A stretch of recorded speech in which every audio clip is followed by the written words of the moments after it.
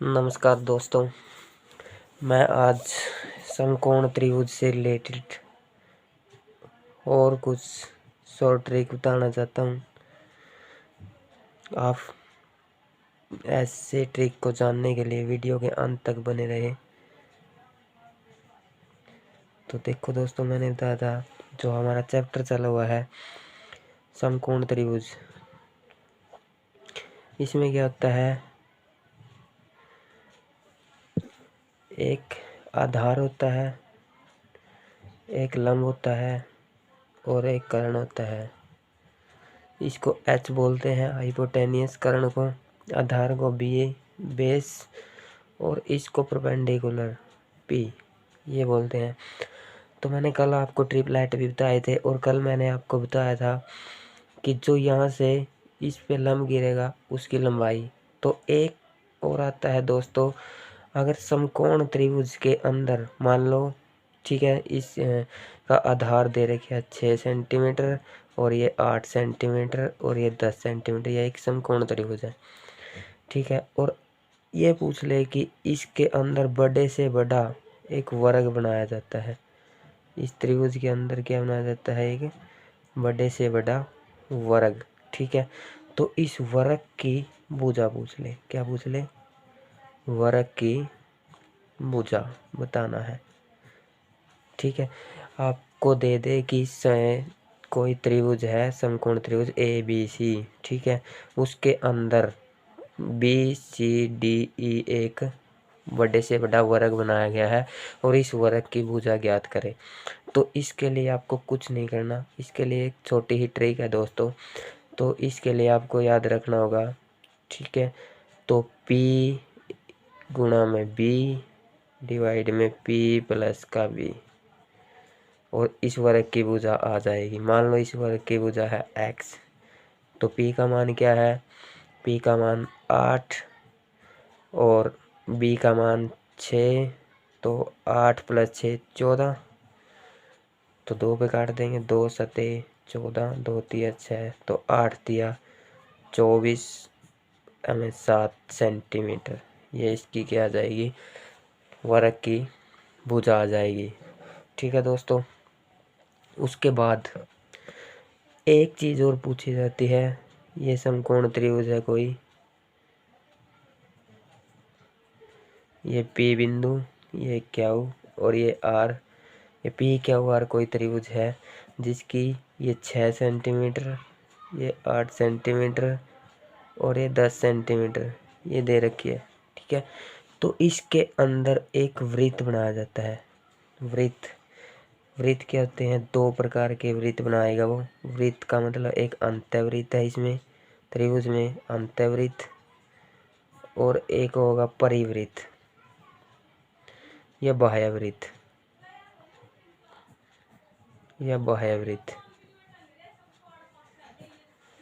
ठीक है। ये 2 प्रकार के वृत्त बनाए जाएंगे, एक अंतःवृत्त और एक परिवृत्त। तो अंतःवृत्त क्या होता है दोस्तों, अंतःवृत्त होता है, तो दोस्तों 2 प्रकार के वृत्त होते हैं, अंतःवृत्त और परिवृत्त। अंतःवृत्त क्या होता है, अंतःवृत्त जब इसके कोणों का समद्विभाजन कर दे, इसके कोणों का, मान लो कि ये कोण है तो इसका समद्विभाजन कर दिया ये, और इस कोण का समद्विभाजन कर दिया ये, और इस कोण का भी समद्विभाजन कर दिया ये। तो जहाँ पे ये बिंदु मिलेंगे, ये आपस में मिलेंगे, उसको केंद्र मानकर और इतनी हमको प्रकार खोलकर इस पे एक वृत्त खींचना होता है, जिसे क्या बोलते हैं, अंतःवृत्त। तो इसकी त्रिज्या पूछ ली जाती है, यानी कि ये त्रिज्या यहाँ केंद्र से यहाँ तक ये त्रिज्या ज्ञात करनी है। तो अंतःवृत्त की त्रिज्या, तो वो कैसे ज्ञात करेंगे हम दोस्तों, तो वो ज्ञात करेंगे हम अंतःवृत्त की त्रिज्या P प्लस का B माइनस का H डिवाइड में 2। तो ये इसका सूत्र है दोस्तों, P प्लस का B माइनस का H बटा में 2। तो P का मतलब क्या है, इसका लंब, और B का मतलब है आधार, और एच का मतलब है हाइपोटेन्यूस यानी कि कर्ण।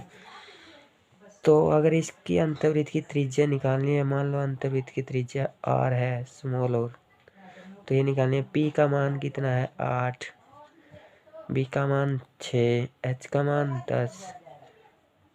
इसके डिवाइड में क्या करना है 2।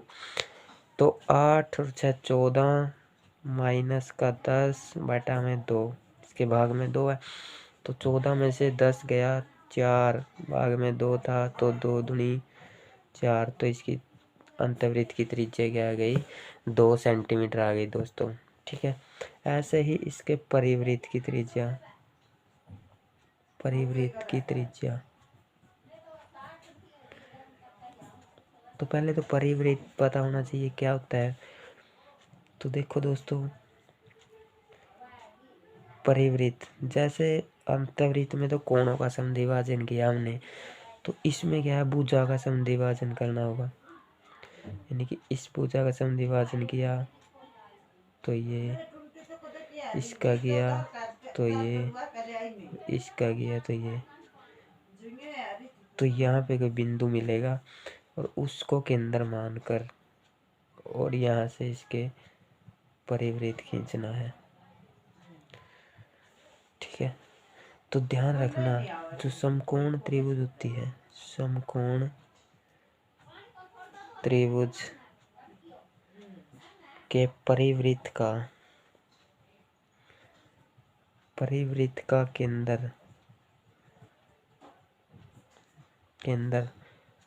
कर्ण का मध्य बिंदु होगा। क्या होगा दोस्तों, कर्ण का मध्य बिंदु, यानी कि जो कर्ण है नी उसको 2 समान भागों में बांटेगा। कर्ण के मध्य बिंदु यहाँ, कर्ण है नी इस पे मध्य बिंदु, तो यहाँ से केंद्र है, केंद्र चलेगी यहाँ तक, इसकी त्रिज्या है। तो परिवृत्त की त्रिज्या मान लो r है, तो क्या करना है कर्ण इसका मध्य बिंदु केंद्र है, तो कर्ण इसका मान लो व्यास होगा, तो इसकी त्रिज्या क्या हो जाएगी h/2 यानी कि ये। तो h मान लो इसकी क्या थी 10 सेंटीमीटर, तो 10 डिवाइड में 2 तो कितनी आ जाएगी 5 सेंटीमीटर। तो ये इसका आंसर आ जाएगा दोस्तों। ठीक है, तीसरी बात, समकोण त्रिभुज का क्षेत्रफल भी पूछ लिया जाता है। ये P है इसका, ये B है और ये H है।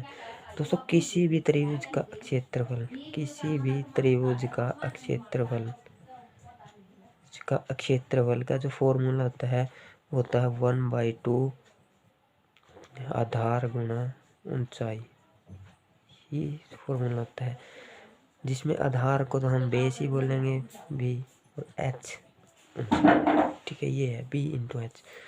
तो अगर समकोण त्रिभुज का फॉर्मूला निकालना है, समकोण त्रिभुज का क्षेत्रफल निकालना है हमें, तो समकोण त्रिभुज का क्षेत्रफल क्या हो जाएगा 1/2 B × H है जो इसकी P है, तो ये फॉर्मूला हो जाएगा। अब मान लो ये 6 सेंटीमीटर दे रखी है, ये 8 सेंटीमीटर दे रही है, ये 10 सेंटीमीटर दे रखी है, तो इसका जो क्षेत्रफल हो गया है 1/2, तो बेस इसका 6 और ये 8, तो कितना आ जाएगा 2 × 6 8 × 24 सेंटीमीटर स्क्वायर। तो ये इसका क्षेत्रफल आ जाएगा दोस्तों। ध्यान रखना क्षेत्रफल होता है वो हमेशा स्क्वायर में होता है, और परिमाप होता है जो वो सेंटीमीटर या मीटर यानी कि एक वैल्यू में होता है, स्क्वायर में नहीं होता। ठीक है, और जो आयतन होता है वो हमेशा क्यूब में होता है। तो ये तीनों बात याद रखना।